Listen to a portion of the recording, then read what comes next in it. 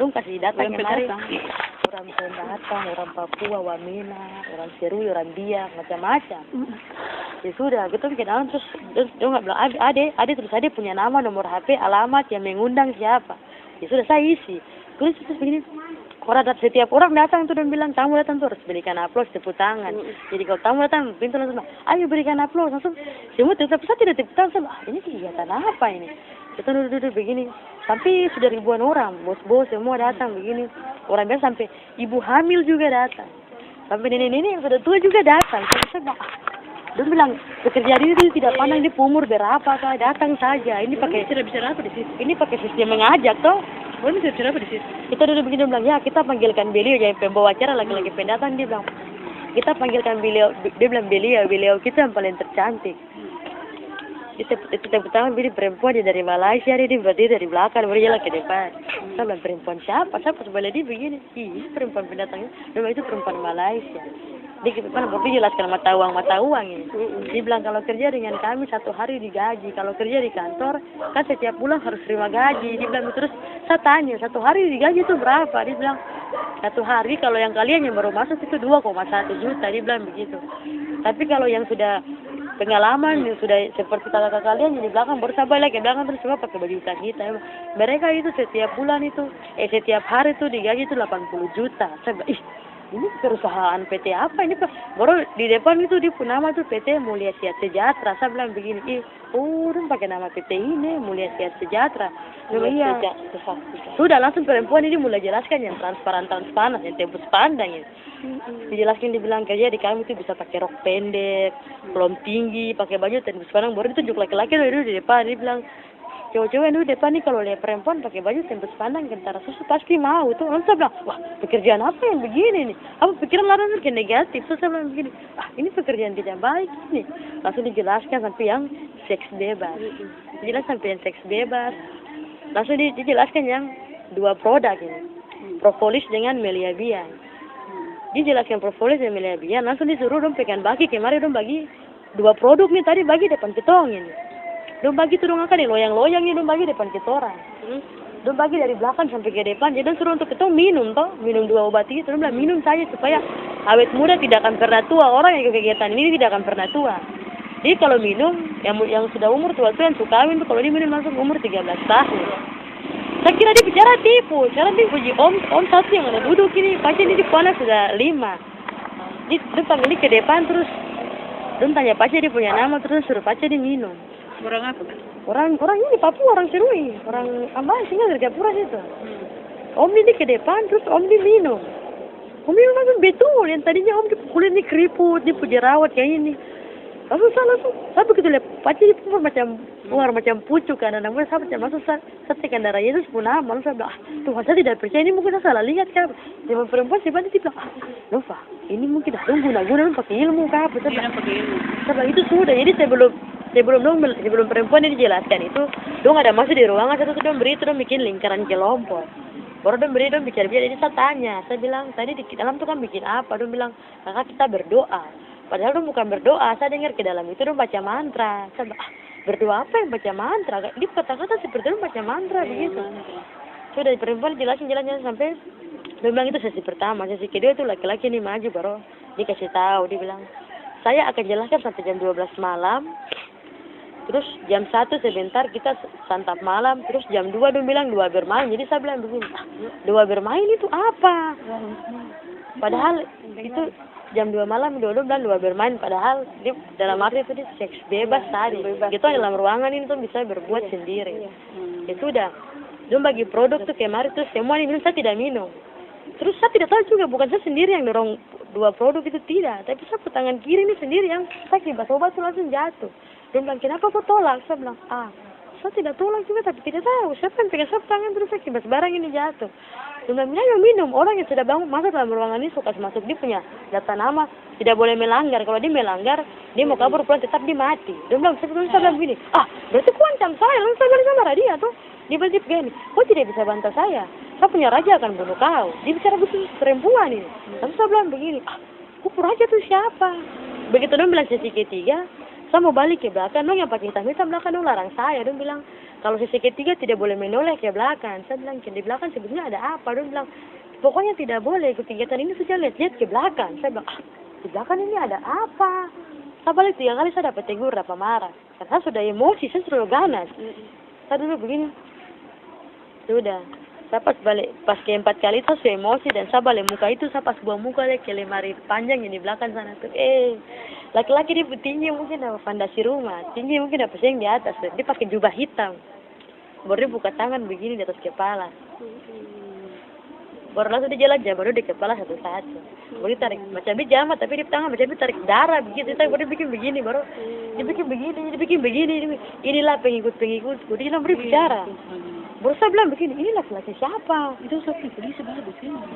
Dia bilang, inilah pengikut. Saya bilang begini, saya bilang, selama saya di Jayapura ini saya tidak pernah lihat orang barat yang tinggi kayak begini. Saya bilang begitu, orang barat ini dia tinggi sampai baru di barang macam ada lebar. Saya tidak lihat di mata, belum lihat di mata, cuma lihat di punya pipi sebelah sini tuh. Bolong, baru ulat di sini. Terus saya bilang begini, dia pipi kenapa nih ulat? Terus dia sampai ke depan. Terus dia masa teman perempuan saya minum produk ini dengan kakak tingkat ini. Dia cuma temani pakai kepala. Terus saya cuma heran karena tidak jangan saya pakai kepala. Dia cuma temani pakai kepala, dia tangan dia lewat kepala, baru dia kakak tingkat dia pakai kepala. Langsung disuruh dong bagi sirup. Dia bilang bagi minuman kita bersulang. Jadi gelas yang bersulang ini bukan kaki macam. Itu bersulang, jadi saya kira sirup. Sampai dekat kemarin dia suruh minum. Dia bilang ini, dia tadi dia tunjuk saya. Dia yang tadi tolak produk itu, sekarang kau minum ini. Tapi yang minum saya, ini bukan sirup ini.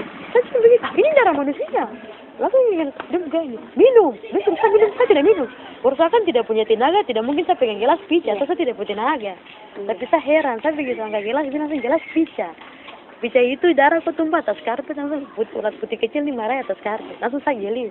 Saya bilang, Tuhan, tadi kalau saya minum barang ini masuk busuk dalam satu tubuh.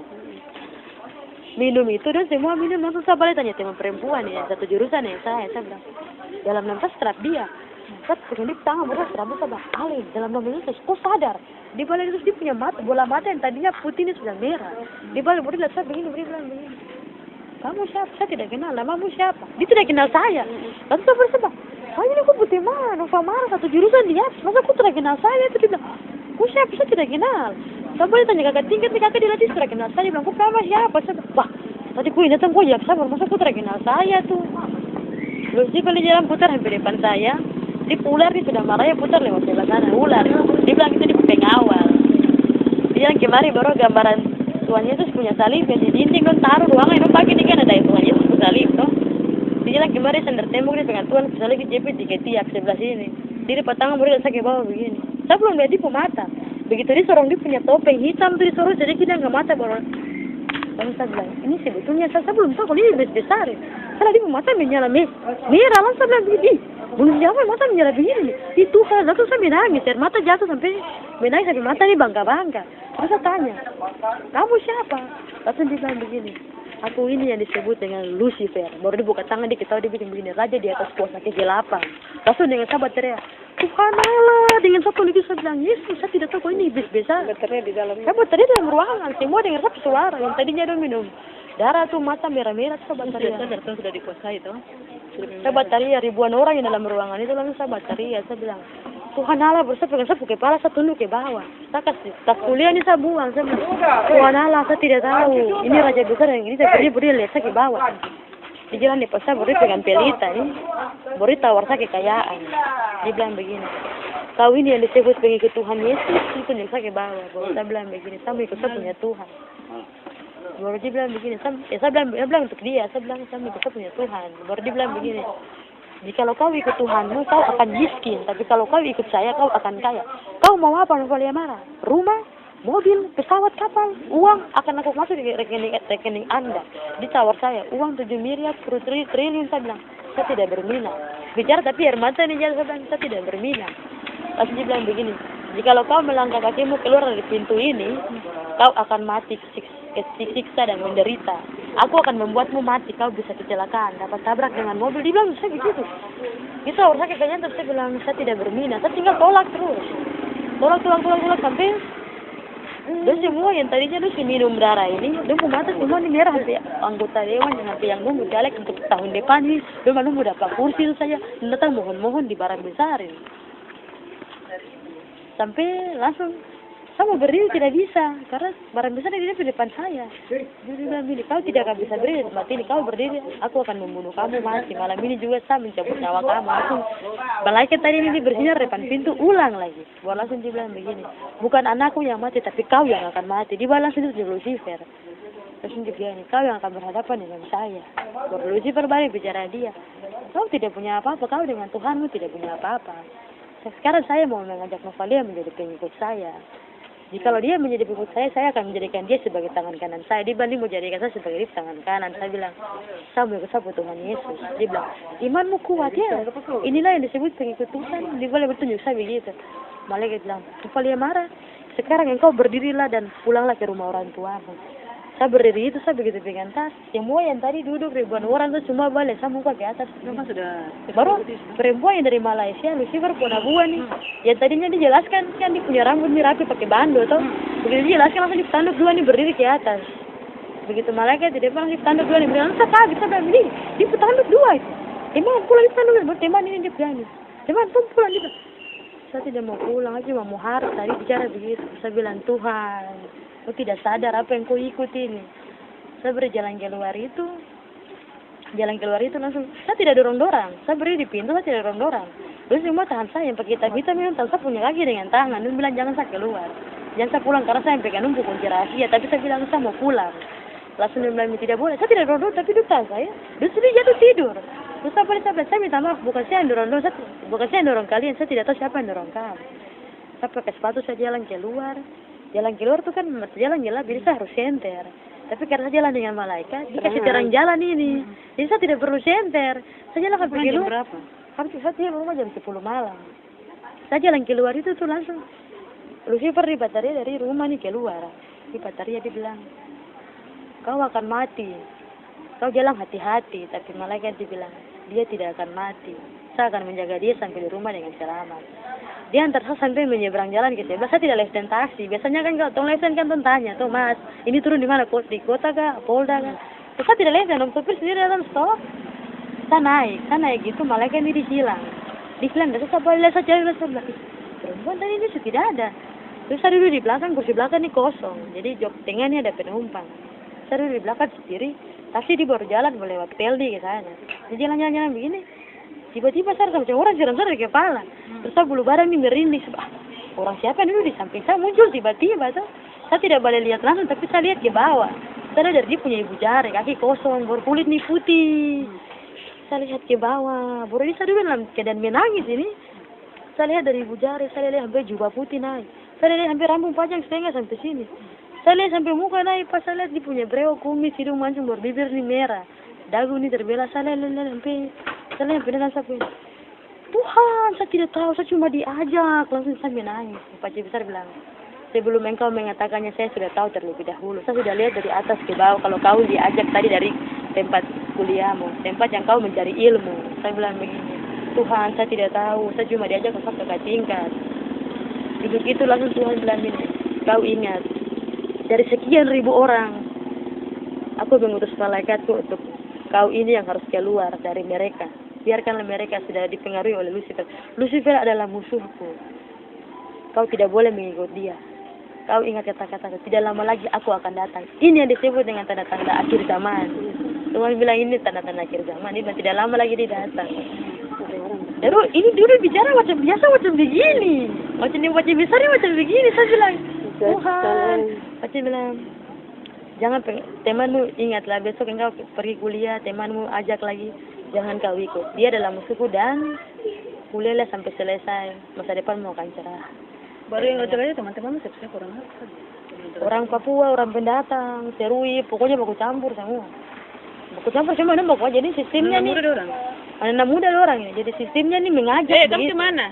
Harus ajak sih, macam di sana dia bisa ajak yang berapa orang datang ikut dia. Yang dia ajak itu sebenarnya karena dia dikasih uang 200 ribu. Kamu kemana? Begitu. Iya. Terus bilang nanti turun baru terus bayar uang taksi. Iya, pas turun beres tikungan situ, turun beres baru Tuhan bilang, Novalia, cobalah engkau menoleh ke belakang. Saya bilang, ada apa di belakang taksi? Saya bangun lagi ke belakang begini. Lucifer tadi diutus 2 orang dikejar di belakang taksi. Langsung Tuhan pegang sapu tangan, baru Tuhan pegang tangan ini dingin. Dia bilang, jangan takut, aku ada di sampingmu. Aku akan menjagamu hingga tiba di rumahmu dengan selamat.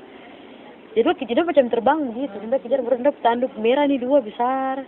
Jadi tangan sebelah tuh pegang tombak, berendap kejar di belakang tas. Turun sampai di Matahari, saya tidak bayar. Sopir bilang ada ibu satu yang bayar. Terus dari saya naik taksi dok lagi, saya duduk di belakang lagi. Tuhan muncul samping saya lagi, dia turun sampai di sini, saya turun lagi. Sopir bilang ada pacar tua yang jenggot putih bayar saya. Saya bilang pacar tua siapa? Aduh, sopir bilang saya tidak kenal, tapi dibayar itu melebihi uang taksi. Dibayar itu dikasih uang 100.000. Sopir bilang, aduh bapak tidak ada uang kembali, uang kecil. Dia bilang sebagian dari itu adalah berkatmu. Dia bilang untuk sopir. Langsung saya menyeberang itu, saya jalan turun sampai di kantor rumah saya sudah kemudian kalau lihat di jalan Star dia tuh 2 orang yang tadi kejar datang saya di situ. Saya pikir begini, hati-hati kamu. Lalu saya balik, saya serapin dikasih terus saya jalan sambil nangis ke bawah. Saya lihat mama dong jadi salah air mata tuh. Yang sana warta kore masa mama harus mau cerita.